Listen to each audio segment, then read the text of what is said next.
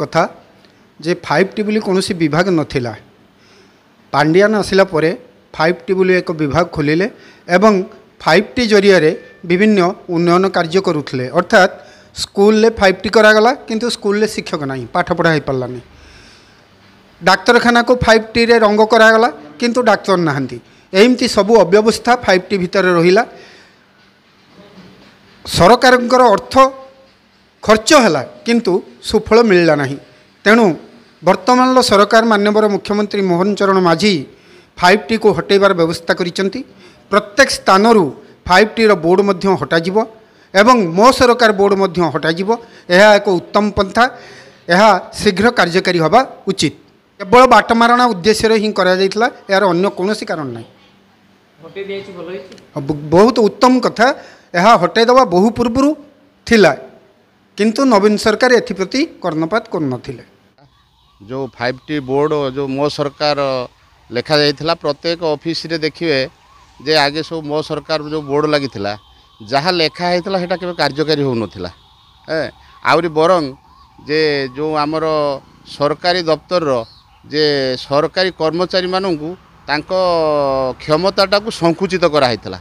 ये जो लोकाभिमुखी करने कहते किंतु प्रकृत में सेटा हूँ जे संकुचित करा टोटाल कथाटा को टोटाल तांकर क्षमताटा को पांड्यान हूँ कंट्रोल रखिते।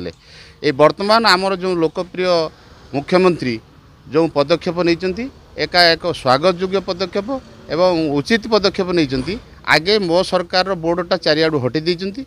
आउ मो सरकार आउ जो 5T एटा को हटैचंती जो प्रथम कैबिनेट रे बसिकी।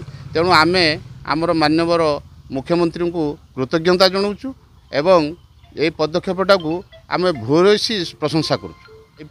उद्देश्यटा जे जहाँ कार्यकारी करने कराला सेटा हूँ तांकर उद्देश्य भिन्न थिला।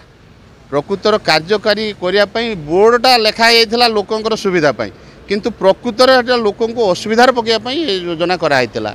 मु जो कहूनी कि जे प्रत्येक लोक ना लोक आमर ऑफिसर मानकर प्रत्येक ऑफिसर जो लोकंकर से तांकर उद्देश्य थिला से माने कार्य करिया सेवा करिया तांकर क्षमताटा को संकुचित करिक सबू पांड्यान हाथ रही जोटा कि सी तांको निज इच्छार बा तांको क्षमता भितर जोटा करिया कथा से करि पार नथिले।